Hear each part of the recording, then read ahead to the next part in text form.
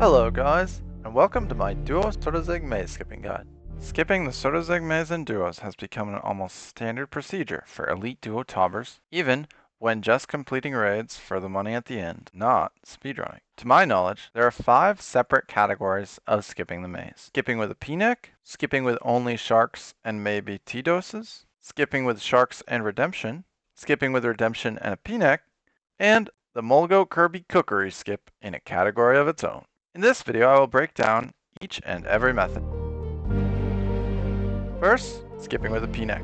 This is the easiest method, and involves skipping with a Pneck and the SBS stall. You wait for the teleport, then wait for the timing to red X a dropped item on the other side of the maze, then you yeet across the maze and equip your Pneck at some point, then cast SPS at some point before the Pneck procs, and you will usually survive. There is a chart with different HP thresholds shown on screen to help with that. But I wouldn't focus too much on these exact numbers, as it can be a bit daunting to memorize the different HP thresholds, and can stress you out when actually in the Sotozeg room. Instead, I choose the much more intuitive approach, which is to master the general idea. The general idea is that you want to equip a Pneck before you cast SBS, and you want to cast SBS before you go below 20 HP, so that the Pneck does not break before the stall. Please note, if you wait to equip the Pneck on the same tick that you SPS, you can be as low as 17 HP when you start the stall. After the stall ends, it is recommended to wait 1 tick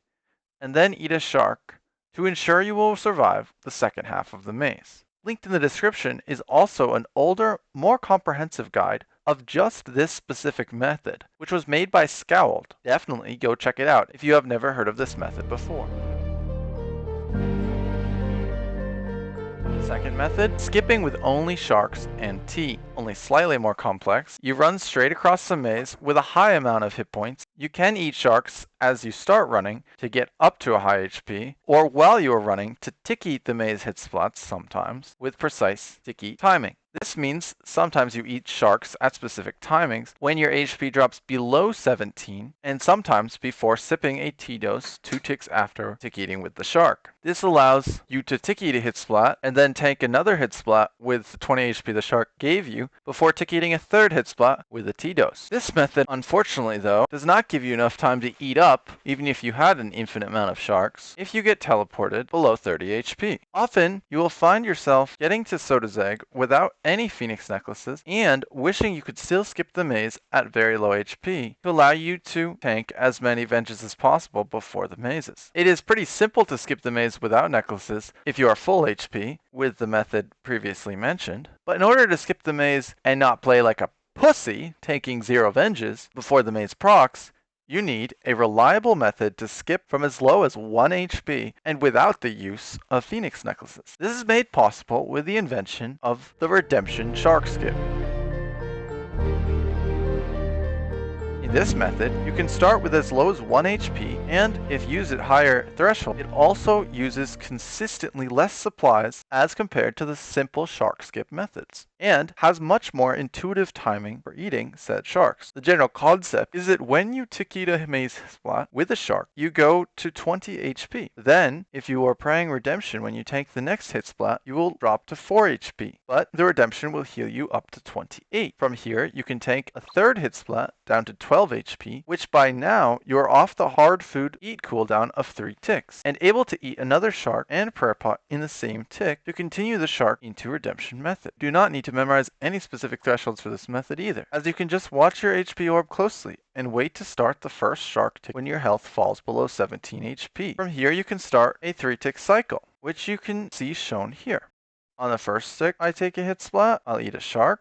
The next tick I click redemption, then I wait a tick. Then I click my shark and prayer pot in the same tick. Then I click redemption. Then I wait a tick. And finally I click my shark and prayer pot, which at this point you are off the maze. And this prayer pot is simply to enable you to get piety back on, which means that this third tiki instead of a shark could be a T-dose if you are low on sharks. Since even when you are 1 HP, the most amount of times you will have to redemption is 2 times, this means that in a pinch, the method can use as few as 2 sharks and a Guthix rest dose, in addition to 2 prayer pot doses, but oftentimes this method will only use 1 or 2 sharks, allowing you to save supplies for the next skip, and also save T doses to eat the soda orbs with redemption on for more venge damage. The next method for skipping the maze is to skip with redemption and a Pneck.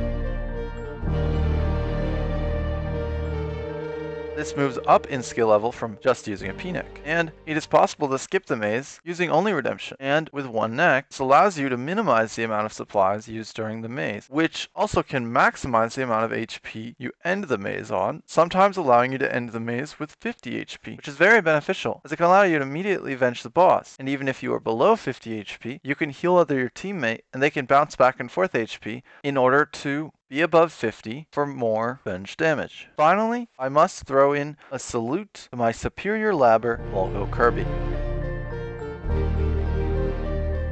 There is this one skip that is completely in a league of its own, both in the surprisingly low amount of supplies it uses and also in the level of difficulty. I would like to note it doesn't use that many less supplies than the simple shark redemption method, but it does save some supplies. It requires 3 different actions across 3 different interfaces in one single tick though to pull off this idea. And the idea is that if you stall your character while you are on 4 or less HP, you can force all of the maze hit spots during that stall to only be able to max you 9, which allows you to out-heal maze hit spots with the redemption heal. I am not going to go into too much depth about this final method, as I personally think it is far too difficult and far too marginal a save of supplies that, in my humble opinion, makes it not viable for us mere mortals. Thank you so much for watching my Duo Sodazig maze skipping guide. I look forward to making more guides in the future. Have a wonderful day. Please like, comment, and subscribe. Horselord out. Peace.